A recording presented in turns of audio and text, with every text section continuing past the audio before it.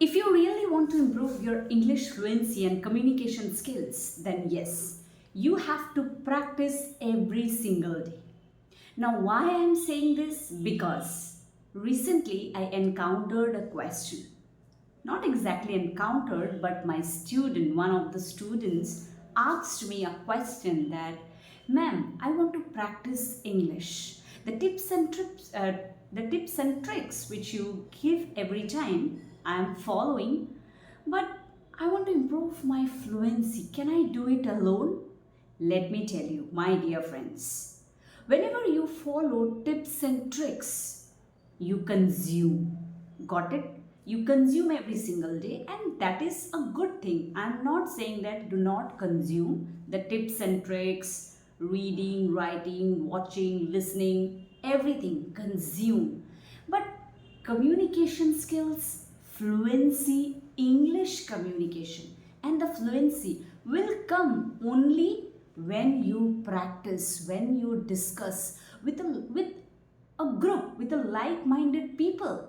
Then only with like-minded people, or in a group, or with your mentor, when you discuss, when you are attending different workshops or events, when you are in a group where you are getting a chance to discuss, when you are, after consuming, practicing every single day. The way I'm creating this particular video, right? Even I have consumed in my past years, right? The same way, if you are consuming, create a video or speak every single day. At least you can check your video, at least you can listen to your audio, how well you are speaking at the right time at that particular moment. So, my dear friends, only consuming the content will not help you. You have to practice every single day. Hello everyone, my name is Beena Roy and I welcome you to this particular channel, the Influential English Hub. Do you know why this particular channel name is influential? Because after learning something, you have to influence the people. You have to learn communication skills so that you can inspire people.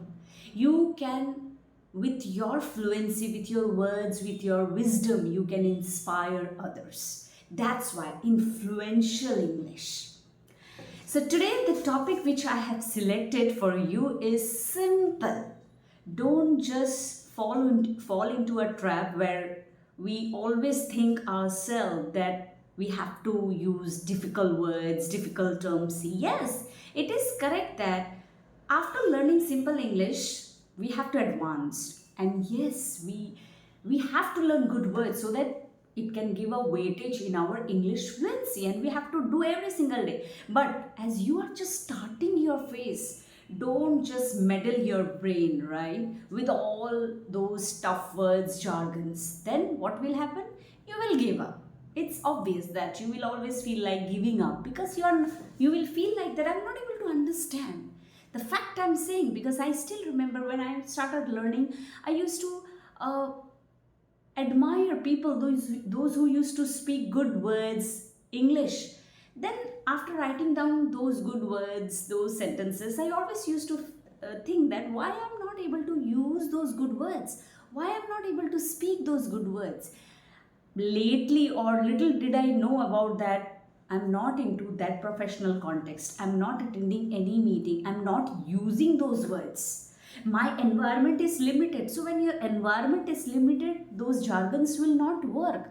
So what we have to do is first start simple, then add good vocabulary like 2 words, 3 words, and then start using until and unless you use in your conversation with people with different personalities, you won't be able to express those words. So start simple, have a good community. If you don't have any good community, I invite you in my community. The WhatsApp link is there. Do join, because very soon I'm going to launch my course, and as well as a webinar is waiting for you. So today the topic which I have selected is, again I'm repeating, and that is listening skills. Now, one particular tip I would like to give you, that for listening skills, every single time, try to listen to a podcast, any podcast which is of 2 minutes, 3 minutes, right?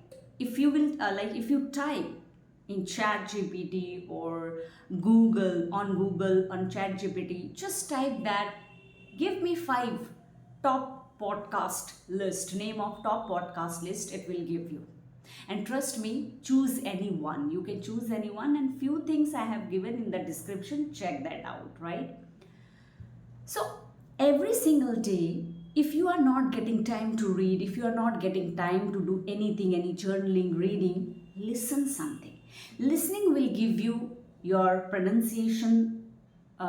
It is going to solve your pronunciation problem, as well as it is going to give you something which you have never thought of.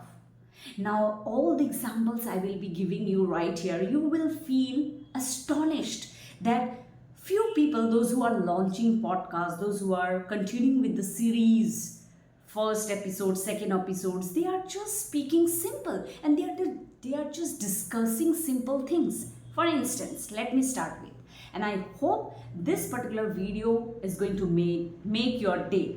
And don't try to be perfect, we all are not perfect, just be vulnerable, speak. Even if I'm making mistake, I'm just correcting then and there, you also do the same thing and check your recordings as well. So the first word is wipe. Now you must be thinking, wipe, I know that means to clean. Yes, wipe means to clean the table, clean the cupboard, clean. That means it is an easy task. So when I first heard this particular podcast, I realized that they're just discussing these words in an elaborated manner so that we can understand, so that we can use the appropriate word in the appropriate context. For instance, if I say wipe it out, that means you need to clean it. Wipe, you can say wipe the table, or you can say wipe it out. That means it is a phrase. Next word, and that I have written down, scrub. Now you know that scrub she has written down here. Scrub means to scrub, right? Face scrub. Along with that, scrub means to clean perfectly. That means you have to put a lot of effort. Scrub this board, that means cupboard. Scrub this table, that means this particular table is extremely dirty. You need to immaculate, that means clean. That is why scrub. Got it? Next is, if I say that a good clean, this is a phrase, a good clean. Now what does it mean?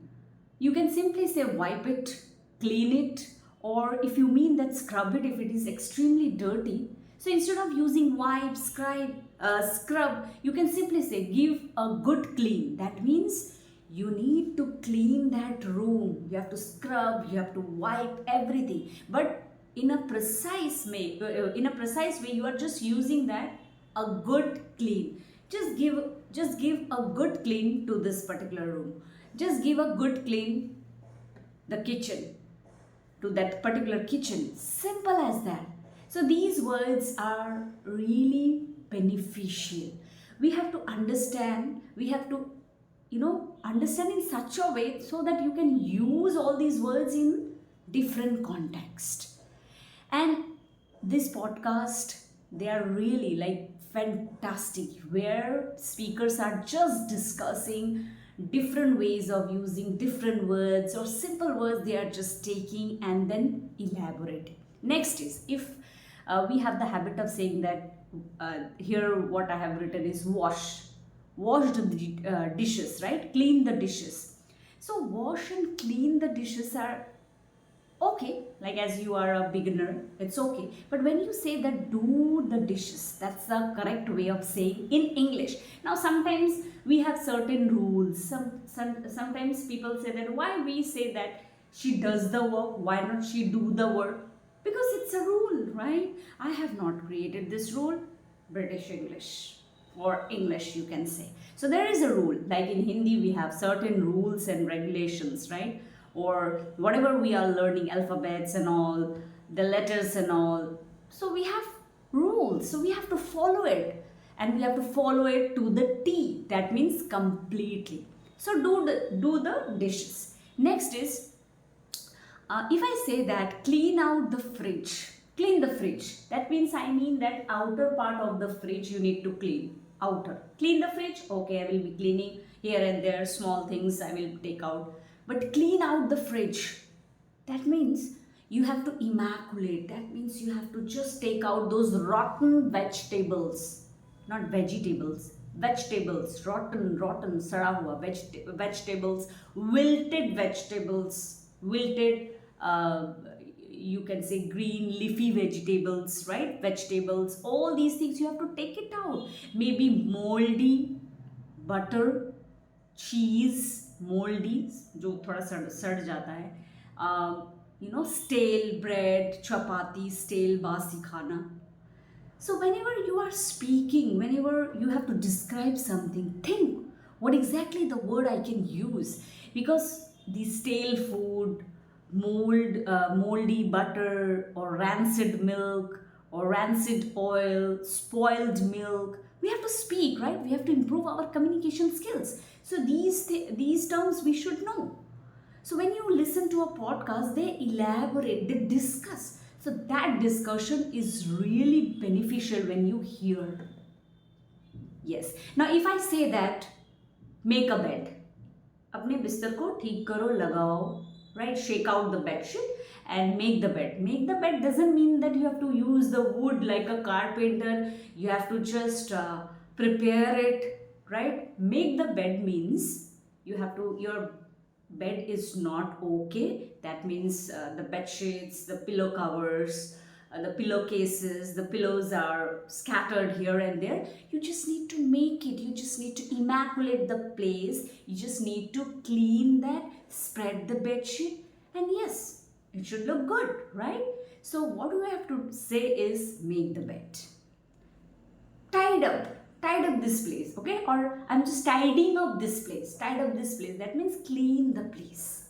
So few things when you listen in a podcast, trust me, you will never forget those things when you listen to podcasts, specifically English podcast, when you listen to different series. Got it? So they specifically describe everything, and when you hear everything, you will understand as well as you will never forget. That's why I always recommend podcast, okay? English podcast. And sometimes some podcasts where they are just are making us understand or helping us to know about grammar as well. So I used to feel like, oh my god, grammar, it's not my cup of tea. I always used to feel scared of grammar, right? But later when I started working, the few rules are there which we need to follow, and they explain you in podcast. Specifically, they will explain you that why this rule I have used or why this I should use in that particular context. So my dear friends, if you have learned something new in this particular video, then do like, comment and share. Tomorrow again I will be coming with something different. So today, whatever I have shared with you, just imbibe all the thoughts, all the lessons, and what you have to do next is practice. The way I'm creating this particular video, it's like 13 minutes. I can just check this out. What you have to do, you just create a video, whatever you have learned. Because English communication and fluency is all about practice. If you're not practicing, if you're not getting feedback from your mentor, if you're not discussing in a group where there are like-minded people, you won't be able to grow in your life. Trust me. This is the fact. Alone, you can improve, but when you are in a group, you gain confidence, because ultimately you have to face the audience. So that group will showcase that this is my audience, and you have to speak. People will there, different like-minded people will be there, different minds, right? So they will give opinions, feedback. This is how we can grow. Learning alone is possible, but when you have to come out from the comfort zone, when you have to present yourself, in that case, a group can really help you. So with this, I'm winding up. Take care. Bye-bye. I have just created this particular video raw so that you get that particular hunch that I can do it. If she can, so can I. Right? Take care. Bye-bye.